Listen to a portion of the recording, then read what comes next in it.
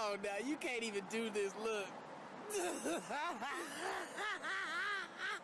Today just happens to be the anniversary of my godnephew taking his own life. And just so happens my god sister pulled up today to enjoy the event, and I seen her, and she wanted to come in and say a few words about what happened. And I'm here with my god sister, Miss Shelley Baker.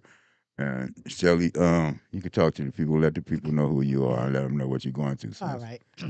Hello again. My name is Shelley. On April the 25th, 2023, my son, 26-year-old son, Shaquille Shakur Baker Nelson, committed suicide by gunshot. He shot himself in the head. And this month, is his 1 year anniversary. It's not really easy to be here, but I really love talking about my son because I will not let his memory be forgotten. And and losing someone to suicide, it's kind of like a little bit different than just losing someone to either they was killed or they were sick, because losing a child to suicide, you kind of blame yourself like it's something that you should have done, which there is no blame. Took me a while to learn that, but I learned that from a lot of support and for getting help for myself so I can deal with it the right way. I'll never forget my son. I love him. He was a beautiful son. He worked hard for everything he wanted. You know, he was very respectful, and I know he loved me. And he was going through some things that we just didn't realize later on in his life. And he did call to say goodbye. He called and made his goodbyes, and just couldn't talk him out of committing suicide. He just literally made up his mind that he was going to commit suicide, Wow. and we didn't know for hours because he left when my son and my daughter and my son's girlfriend, his younger brother Willie, they went over to Oakland and try to see what they could do, and they called the police. And when the police was knocking on one door, he left out the other door. So he ended up by my nephew's house, and my nephew thought he was okay because they really did live together. They building was out of service at the time because of that bad storm they had at the end of 2021, 2022, I mean. And and when he went there, my nephew thought he was going to be okay because he sat there with him, hugged, they talked, they prayed together and stuff.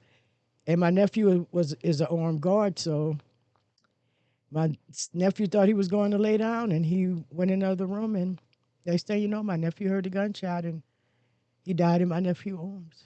Wow.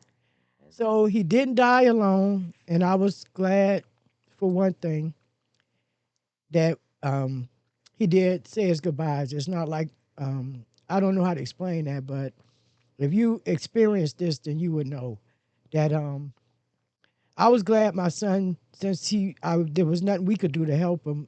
He had made up his mind. I could see his face right now because we was FaceTiming.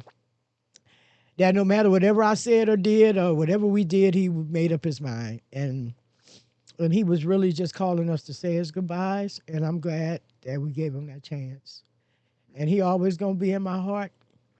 And I was happy to be here at Lynette's event, Mackey's Corner, for the comedy brunch, because once before she had an event, but I wasn't ready, so I didn't want to go. But what I learned is one thing I know, I'm not by myself.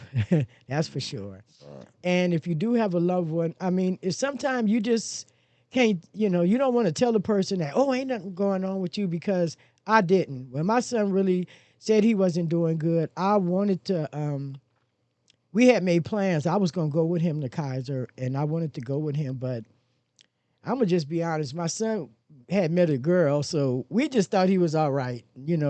We thought maybe that's why he was sad, because he always worked, and he never really he wasn't the type to have a whole bunch of girlfriends. I'm gonna just put it that way. But something happened within them few months, and I think whatever happened, and my son just gave up.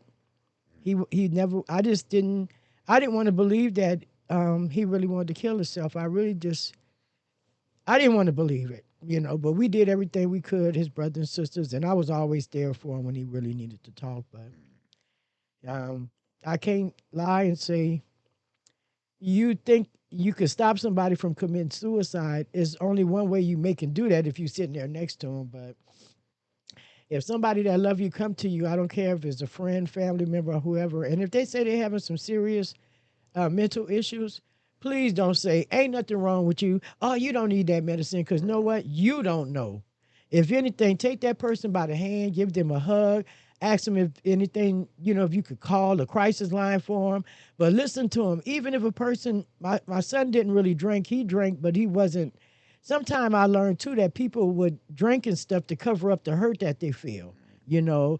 Um, and sometimes it's everybody don't really know how to listen, but some of us do. And I would suggest just take the time out and listen.